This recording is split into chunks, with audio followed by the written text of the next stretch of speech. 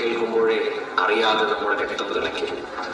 കാരണം ഭാരതത്തിന്റെ ധീരവനിത നാടിന്റെ അഭിമാനം സംരക്ഷിക്കാൻ വെള്ളക്കാരോട് പടപൊരുതി അവസാനം വരെ യുദ്ധം ചെയ്ത് വീരമൃത്യു വരിച്ച ഭാരതത്തിന്റെ വീരപുത്രി.